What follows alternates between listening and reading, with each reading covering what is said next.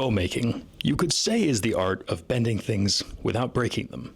So one of the most important parts of bow design is making sure your designs don't have failure points. Unfortunately, there's a bad design which has been floating around the bow making community. This design causes some failure points around the handle and fades that I'd like to talk about. Today I'm going to show you how to identify these issues and make sure they never happen to you. If your bow has a stiff handle, it's going to need to have fades, because fades are how you transition from stiff sections to bending sections. Here's the problem.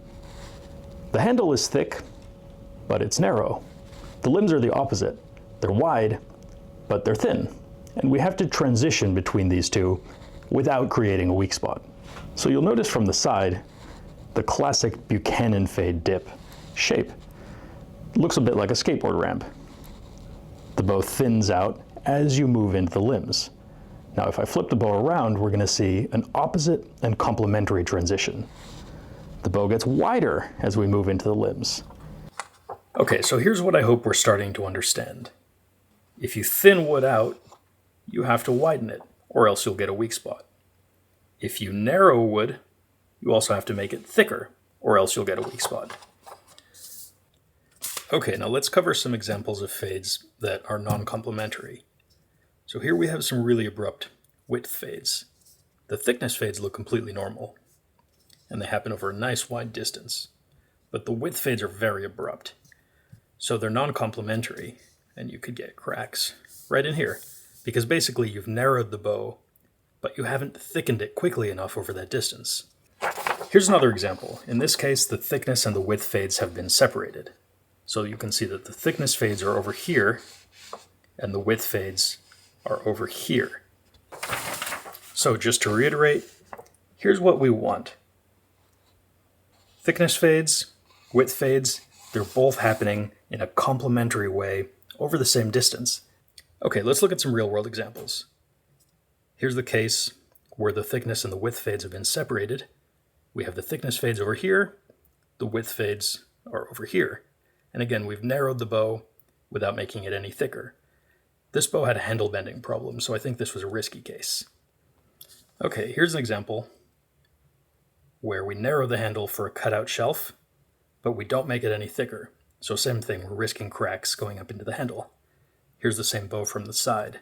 So you can see that there's no thickening where we have the cutout shelves.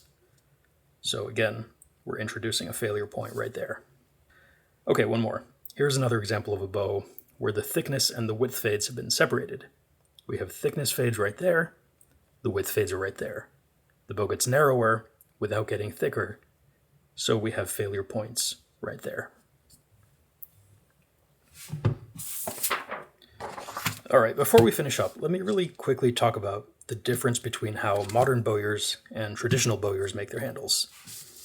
So modern bowyers tend to leave the handle as a block. They just build a riser on there and leave it, and then they tiller the bow. When the bow's done and tillered, then they rough out the handle however they want. That doesn't work so well for traditional bows. Now, on the other hand, traditional bowyers tend to rough out the fades in the handle together with the rest of the bow. Here's a bow I'm floor tillering. It's only been roughed out, and you can see that the handle and fades are already roughed out. They're not done, and they're not anywhere close to the final shape, but at least I have the thickening and the narrowing. Now, while I tiller the limbs, I can incrementally fine-tune the fades and make sure they work the way I want to.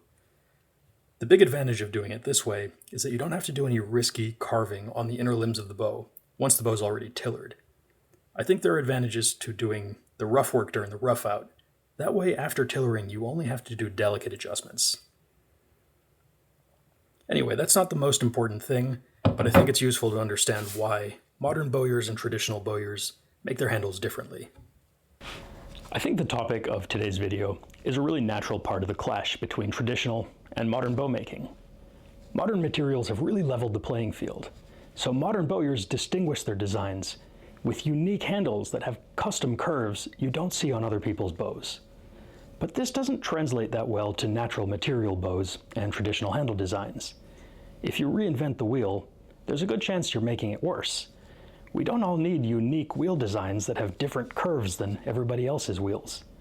I don't think you need to try to make a bow unique or beautiful. Just by applying your own workmanship, you're going to make it unique, and you cannot help but make a bow beautiful. No matter what you do, if you do the basics right, it's going to look amazing. I think that trying to change the handle design of a traditional bow is a huge mistake. What do you think?